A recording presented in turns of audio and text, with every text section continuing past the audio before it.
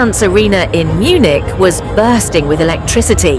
On the night where Europe's finest gathered for the ultimate showdown, two familiar rivals, Portugal and Spain, locked horns in a final that would go down in history. But beyond the tactics, the goals and the drama, this was a night that belonged to one man. A man who, even at 40, continues to redefine greatness. Cristiano Ronaldo. The first half began with intensity. Both sides tested each other, probing the weaknesses, setting traps, staying compact. Spain, as ever, looked sharp and surgical in their passing, while Portugal hunted for space, waiting for that moment, that opening, that weakness. And in the 21st minute it came, but not for them.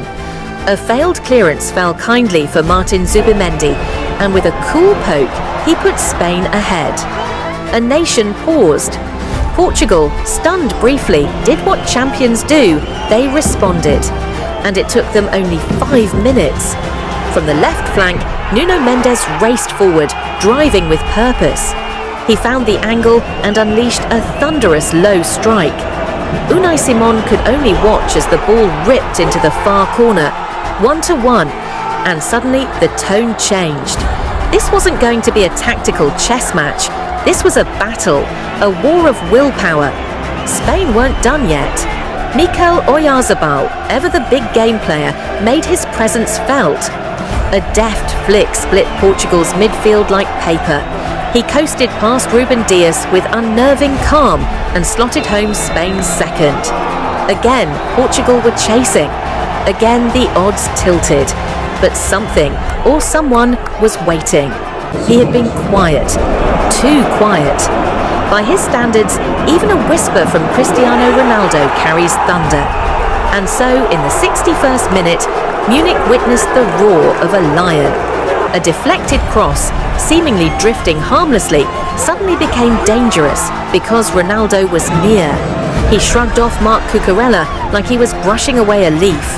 In a flash, the ball was hooked in from close range. His 138th international goal.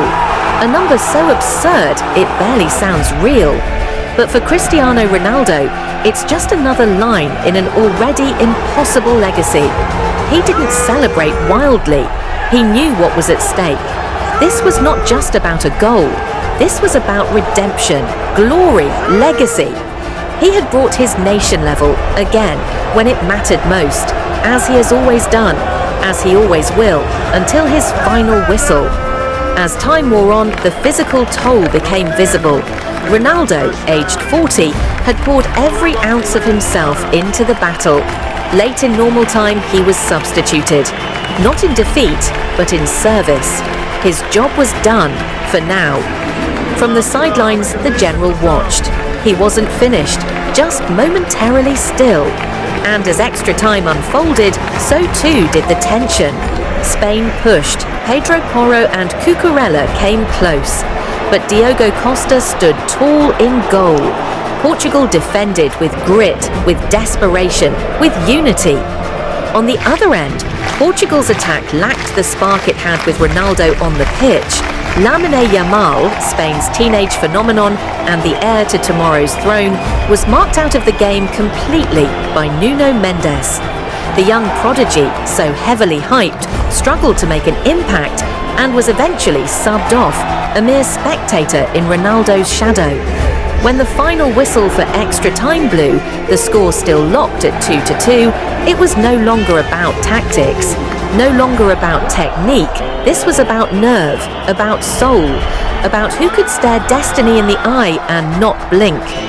The stadium, roaring all night, fell into a kind of sacred silence as the penalty shootout began.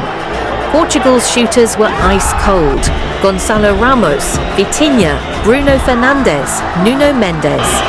Each one stepped up and delivered. Every shot was taken with a calm that only belief, or perhaps the presence of a certain legend on the sideline, could inspire. Then came the moment. Spain's Alvaro Morata, veteran, captain, striker. He stepped forward under the weight of a nation and crumbled. His penalty, weak and unconvincing, was stopped by Diogo Costa. The tide had turned. Ronaldo, behind the coaching staff, couldn't bear to look. A man who has faced the fiercest crowds, silenced the most hostile stadiums, and scored in the biggest moments of the sport. Now trembling not out of fear, but out of hope. And then the final penalty, Ruben Neves. One kick between Portugal and history. He struck the ball with clarity, confidence and finality. It hit the net and the eruption began. Confetti rained, teammates rushed, cameras flashed, and at the centre of it all stood a man who has defied age, odds, and every script written about decline. He had lifted Portugal when they needed him. He had struck when the moment called. And now he would raise the trophy. For the boy who dreamed in Madeira, who rose through Sporting, who conquered Manchester, Madrid, Turin and back again, this was yet another reminder to the world. You may count his goals, you may question his age, but you will never ever write his final chapter.